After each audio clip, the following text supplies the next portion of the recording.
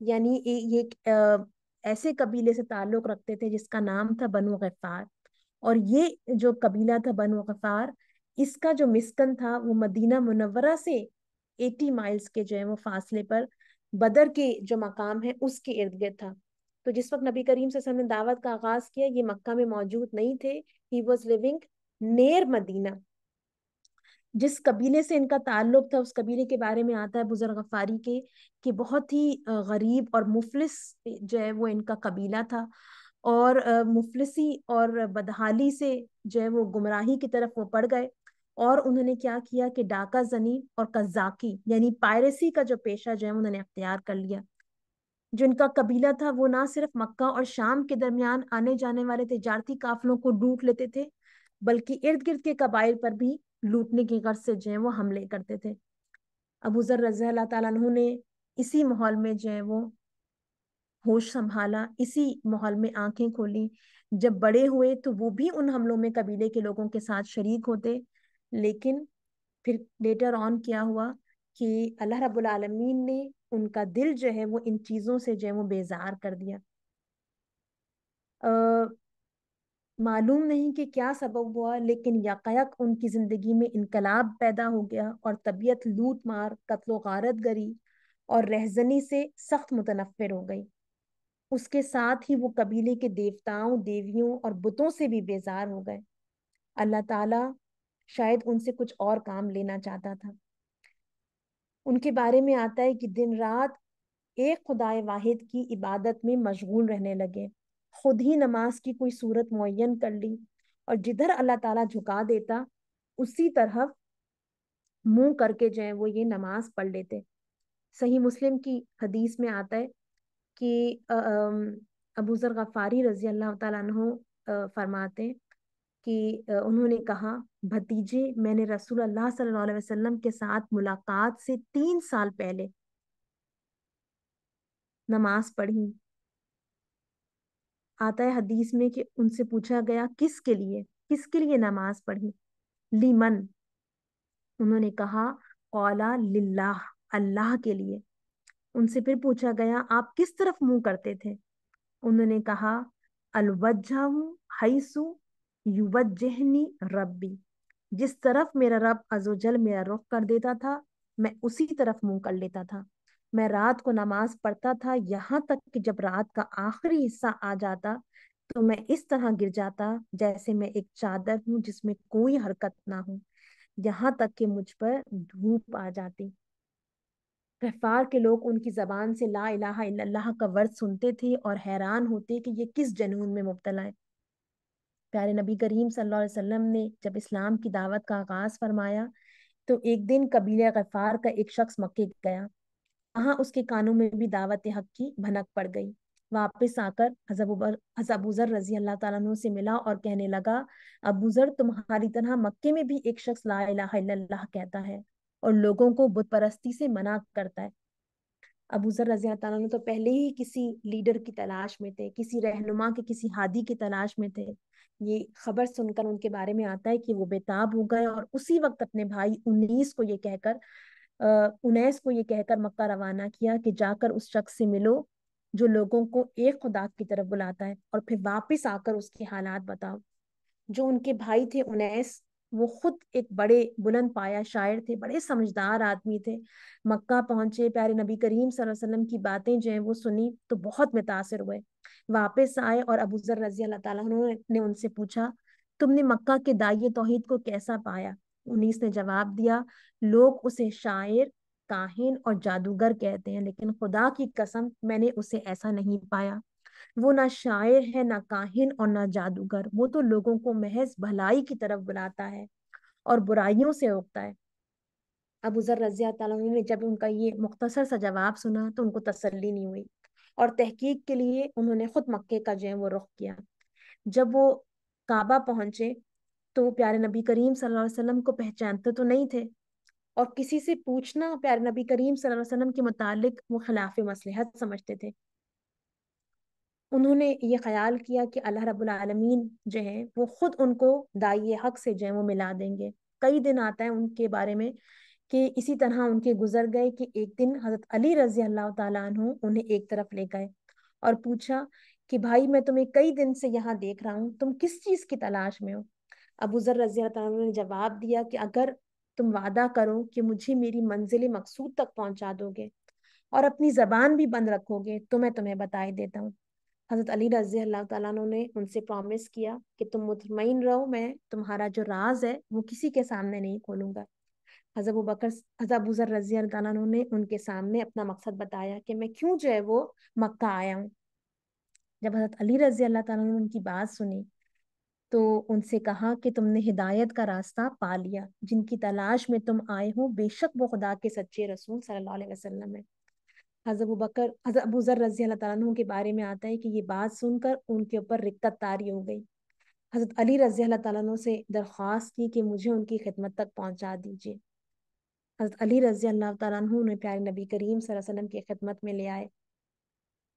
پیارے نبی کریم صلی اللہ علیہ وسلم کی خدمت میں حاضر ہوئے تو پیارے نبی کریم صلی اللہ علیہ وسلم سے درخواست کی کہ مجھے اپنی دعوت کی تفصیل بتائیے۔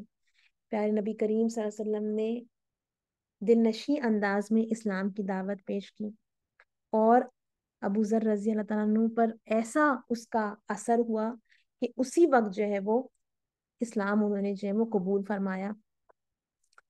کے بارے میں آتا ہے کہ پیارے نبی کریم صلی اللہ علیہ وسلم نے جب انہوں نے اسلام قبول کیا تو ان سے فرمایا کہ ابو ذر تم اپنے قبیلے میں واپس جاؤ اور اسے دعوت توحید دو۔ جب دعوت حق آشکار ہونے کی خبر ملے، جب تمہیں نظر آئے کہ اسلام جو ہے وہ غالب ہو رہا ہے، تو پھر جو ہے وہ میرے ہاں حاضر ہونا۔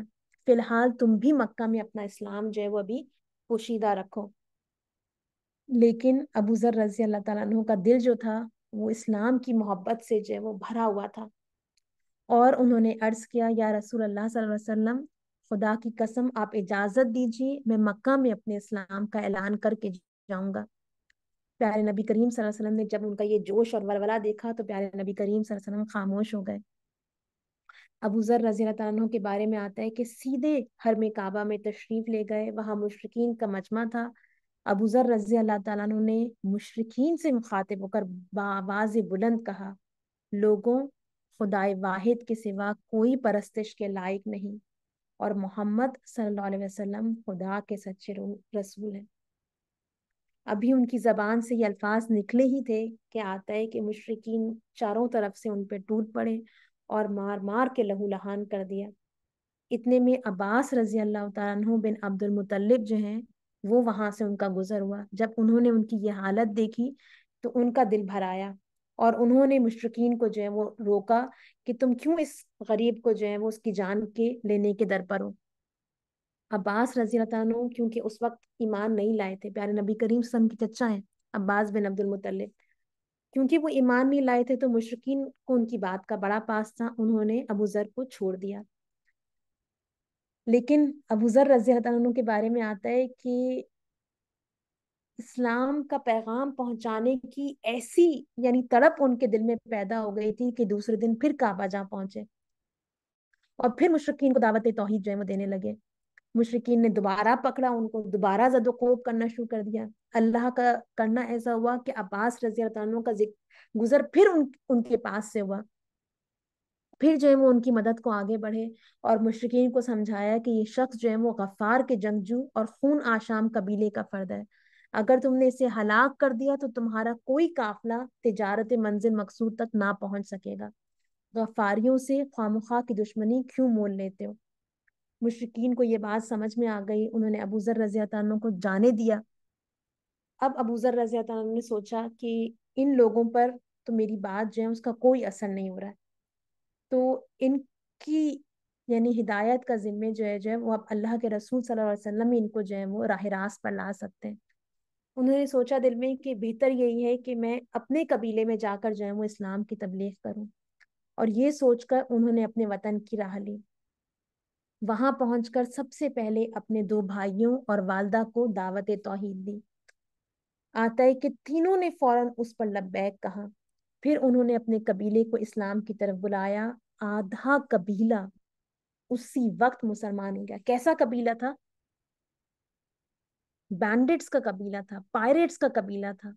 ہے نا, لیکن اسلام کی دعوت ایسی خوبصورت دعوت ہے کہ ہاف جو ان کا قبیلہ تھا وہ ریزسٹ نہیں کر سکا اور انہوں نے اسلام قبول کیا, اور آدھا جو قبیلہ تھا وہ ہجرت نبی صلی اللہ علیہ وسلم کے بعد دولت ایمان سے جو ہے وہ بہرہ یاب ہوا.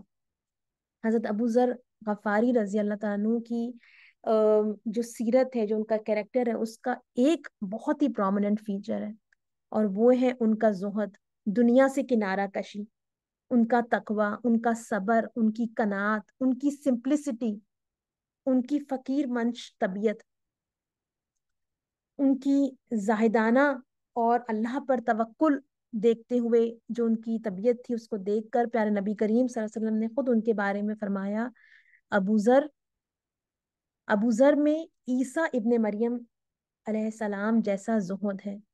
حافظ ابن حجر رحمۃ اللہ علیہ نے لکھا ہے کہ حضرت ابو ذر رضی اللہ تعالیٰ عنہ کی زندگی پر آخری دم تک یہی زاہدانہ رنگ غالب رہا. فتوحات کی کثرت سے مسلمانوں کی معاشرت میں جس تبدیلی نے راہ پائی تھی, یعنی جب مسلمانوں نے کثرت سے فتوحات کی اور خوب مال غنیمت آنے لگا, تو مسلمانوں کے رہن سہن کا سٹائل بھی ڈیفرنٹ ہو گیا. لیکن ابو ذر رضی اللہ تعالیٰ عنہ کے بارے میں آتا ہے کہ ان کے لیونگ سٹائل میں کوئی تبدیلی نہیں آئی. جس طرح پیارے نبی کریم صلی اللہ علیہ وسلم کی زندگی میں جو ان کا لیونگ سٹائل تھا, وہی لیٹر آن بھی جو ہے وہ کنٹینیو رہا. مسند احمد بن حنبل رحمۃ اللہ علیہ میں ابو اسما رضی اللہ تعالیٰ عنہ سے روایت ہے کہ وہ ایک دفعہ حضرت ابو ذر رضی اللہ تعالیٰ عنہ کے پاس ربضہ گئے. دیکھا کہ ان کی اہلیہ بڑی خستہ حالت میں تھی, اور ابو ذر کہہ رہے تھے کہ دیکھو یہ اللہ کی بندی مجھے مجبور کر رہی ہے کہ میں عراق جاؤں, اور میں جب عراق جاؤں گا تو لوگ اپنی دنیا لے کر میری طرف مائل ہوں گے. اسے معلوم نہیں کہ میرے خلیل رسول اللہ صلی اللہ علیہ وسلم نے مجھ سے فرمایا ہے کہ پل صراط سے ورے ایک پھسلن والا راستہ ہے جس سے پاؤں رپٹ رپٹ جائیں گے, تم سب کو اس راستے سے گزرنا ہے. اگر تمہارا بوجھ اپنی طاقت کے مطابق ہوا اور تم ہلکے پھلکے ہوئے تو آسانی سے یہ راستہ پار کر جاؤ گے, بنسبت اس کے کہ تم پر اونٹ کی طرح بوجھ لدا ہو. طبقات ابن سعد میں ہے کہ ایک مرتبہ حضرت موسیٰ اشعری رضی اللہ تعالیٰ عنہ جو عراق کے گورنر تھے, حضرت ابو ذر رضی اللہ تعالیٰ عنہ سے ملنے گئے.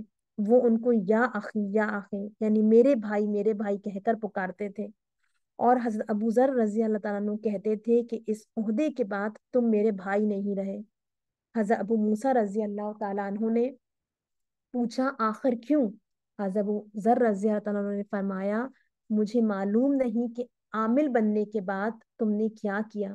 پہلے یہ بتاؤ تم نے کوئی بڑی عمارت تو نہیں بنائی, مویشیوں کے گلے تو نہیں جمع کیے, زراعت کر کے غلے کا ذخیرہ تو نہیں کیا. جب حضرت ابو موسیٰ رضی اللہ تعالیٰ عنہ نے ہر بات کا جواب نفی میں دیا تو فرمایا, ہاں اب تم میرے بھائی ہو. ایک دفعہ کسی شخص نے حضرت ابو ذر رضی اللہ تعالیٰ عنہ کو اس حالت میں نماز پڑھتے دیکھا کہ ایک ہی چادر زیب بدن تھی. نماز سے فارغ ہوئے تو اس نے پوچھا, کیا آپ کے پاس ایک ہی چادر ہے؟ فرمایا ہاں. اس نے کہا, کچھ دن ہوئے میں نے آپ کے پاس 2 کپڑے دیکھے تھے. فرمایا ہاں, ان میں سے ایک اپنے سے زیادہ ضرورت مند کو دے دیا. اس نے کہا, آپ کو تو خود اس کی ضرورت تھی. فرمایا, اللہ تمہاری مغفرت کرے, تم مجھے دنیا کے جنجال میں پھنسانا چاہتے ہو. ایک چادر میرے پاس ہے, کچھ بکریاں ہیں جن کا دودھ پیتا ہوں, کچھ خچر ہیں جو سواری کے کام آتے ہیں, ایک خادم ہے جو کھانا پکا دیتا ہے. اس سے زیادہ اور کیا نعمتیں مجھے چاہیے. یہ وہ اولین خوبصورت سعید روحیں تھیں جنہوں نے اسلام قبول کیا, جن کا کیریکٹر اسلام سے پہلے بھی بہت خوبصورت تھا, اور اسلام لانے کے بعد تو اس کے اندر جس کو ہم کہتے ہیں نا کہ 4 چاند لگنا, 4 چاند لگ گئے. ان سب کے اندر کیا چیزیں کامن تھیں, اس کو انشاءاللہ ان کے کیریکٹر میں کیا چیزیں تھیں جو کہ جن میں سملیرٹیز تھیں, کیا چیزیں جو ہیں وہ کامن تھیں, اس کو انشاءاللہ نیکسٹ کلاس میں پڑھیں گے. اس کے علاوہ جو نیکسٹ بیچ آف کنورٹس ہیں ان افراد کے بعد, اس کا تعلق ان لوگوں سے ہے جن کو ہم غلام کہتے ہیں یا سلیو کلاس کہتے ہیں. جو کہ آزاد لوگ نہیں تھے، جن کا تعلق مکہ سے تھا لیکن جو آزاد نہیں تھے.